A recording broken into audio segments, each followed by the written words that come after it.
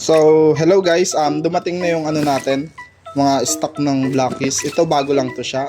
Marvel The Infinity Saga.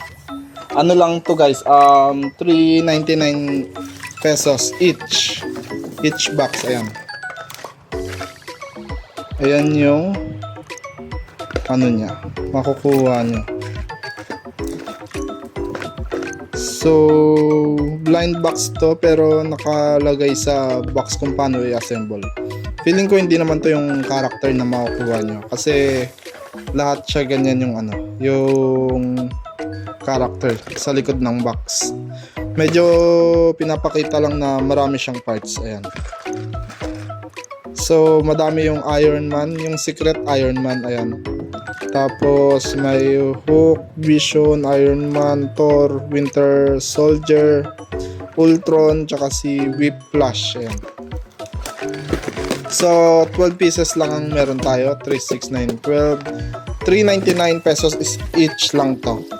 So yan guys. Then dumating na yung mga Beyblade X natin. Pero may mga may-ari na to, Beyblade X. Meron na tong may-ari. So marami pa tayong dumating.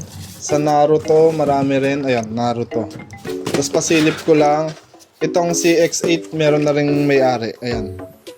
Tapos CX7, ano na rin to. Available to. Sa mga hindi nakakakuha ng for reservation natin or pre-order, abang lang kayo guys sa page natin. Villas Gaming Hub. So, bilisan, kailangan naka-favorite or notify tayo para makakuha agad tayo ng mga pre-order natin. Ito, 4 lang dumating sa atin eh. Meron na tong naka-down payment. Then, Naruto, meron din. Ayan, Naruto. 399 din to. Si Kakashi yung ano, nasa front. Ayan yung pwede nyo makuha. Tapos, marami tayong version sa Naruto eh. Ayan, Naruto, ito, version 2 yan. Ito, version 1. Ang pwede natin makuha sa version 1, check natin. Buksan natin yung box. Maganda guys, naka-plastic na siya para di na masisilip kung ano yung laman. Ayan, meron sa aming mga nagre-return sa Transformer Blackies. Ano na, binubuksan na yung ano.